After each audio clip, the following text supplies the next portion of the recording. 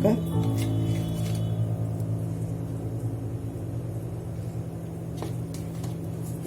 വേവിച്ച് വെച്ചിരിക്കുന്ന ചൗരിയില്ല സാബുദാന എന്ന് പറയുന്ന അരി, അതും കൂടി മിക്സ് ചെയ്ത് നല്ലമാതിരി മിക്സ് ചെയ്യണം കേട്ടോ. അതും കൂടി ചേർത്തിട്ട് നല്ലമാതിരി മിക്സ് ചെയ്യുക. ലോ ഫ്ലെയിമിൽ വെച്ചിട്ട് മീഡിയം ഫ്ലെയിമിൽ വെച്ചിട്ട് നല്ലമാതിരി ഒന്ന് മിക്സ് ചെയ്യണം കേട്ടോ. ശർക്കരയും ചൗവരിയും ചേന അരച്ചതും എല്ലാം നല്ലോണം മിക്സ് ആയിട്ടുണ്ട്. ഇനി സാധാരണ പായസത്തിന് ചെയ്യുന്ന കണക്ക് പാലൊഴിക്കാം. ഇത് പാക്കറ്റ് പാലാണ് കേട്ടോ. തേങ്ങാപ്പാൽ യൂസ് ചെയ്യുന്നത് തേങ്ങാപ്പാൽ ആദ്യത്തെ പാൽ ആദ്യം ഒഴിക്കുക. ഒന്ന് ചൂടായി കഴിയുമ്പോൾ രണ്ടാമത്തെ പാലൊഴിക്കുക ചെയ്യും. ഞാനിത് പാക്കറ്റ് പാലാണ് യൂസ് ചെയ്യുന്നത്. ഇത് 1/2 ലിറ്റർ പാലുണ്ട്. പക്ഷെ ഞാൻ മുഴുവനും ഒരുമിച്ച് ഒഴിക്കുന്നില്ല. നമുക്ക് എത്ര തിക്നെസ് ആവശ്യമുണ്ടോ അതനുസരിച്ച് നമ്മളിത് ഒഴിക്കാം കേട്ടോ. നമ്മുടെ കൺസിസ്റ്റൻസി എത്ര നമുക്ക് ആവശ്യം അതനുസരിച്ച് ആഡ് ചെയ്തിട്ട് ഒന്ന് ചൂടാക്കി ഒന്ന് തിളപ്പിച്ചെടുക്കുക കേട്ടോ. 1/2 ലിറ്റർ പാലൊന്നും ഞാൻ യൂസ് ചെയ്തിട്ടില്ല.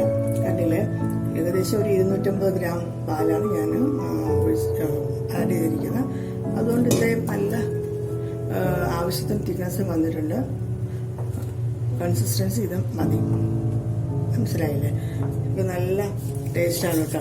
ഇനി അല്പം ഏലക്ക പൊടിച്ചത് ചേർക്കുക. 1 സ്പൂൺ ഏലക്ക പൊടിച്ചതും ചേർക്കുക. പിന്നെ പഴവും മാതിരി ഉണക്കമുന്തിരിയും അണ്ടിപ്പരിപ്പും ഒക്കെ ചേർക്കുക. ഇത്രയേ ഉള്ളൂ.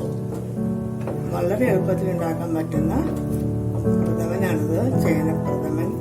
പക്ഷെ ഒരു ടേസ്റ്റ് വ്യത്യാസം ചേനയുടെ ഒരു ടേസ്റ്റും വരത്തില്ല. എന്ന് വെച്ചാൽ നല്ല കടലപ്രഥമനൊക്കെ കഴിക്കുന്നവർക്ക് എന്നെ തോന്നുന്നുണ്ടത്. ഓക്കെ, അപ്പോൾ ചേനപ്രഥമൻ റെഡി ആയിട്ടുണ്ട്. വളരെ എളുപ്പത്തിൽ ഉണ്ടാക്കാൻ പറ്റും കേട്ടോ. എല്ലാം കൂടി ചേർത്തൊരു 20-25 മിനിറ്റിനകം നമുക്ക് പ്രഥമൻ ഉണ്ടാക്കിയെടുക്കാൻ പറ്റും കേട്ടോ. അപ്പോൾ എല്ലായിടത്തും ട്രൈ ചെയ്യുക. ഈ വർഷം ഓണത്തിന് ഒരു ദിവസം ചേനപ്രഥമൻ എല്ലാവരും ഉണ്ടാക്കിയിട്ട് നോക്കുക കേട്ടോ. എളുപ്പത്തിൽ ഉണ്ടാക്കാൻ പറ്റുന്നതാണ്. നല്ല ടേസ്റ്റാണ്. നല്ല കടലപ്രഥമൻ്റെ അതേ രുചിയാണ്. ഒരു വ്യത്യാസവും തോന്നത്തില്ല. പക്ഷെ നമുക്ക് അല്പം ചേന ഉണ്ടെങ്കിൽ നമുക്ക് നല്ലൊരു അടിപൊളി പായസം ഉണ്ടാക്കി കഴിക്കാൻ പറ്റും. Okay, bye bye.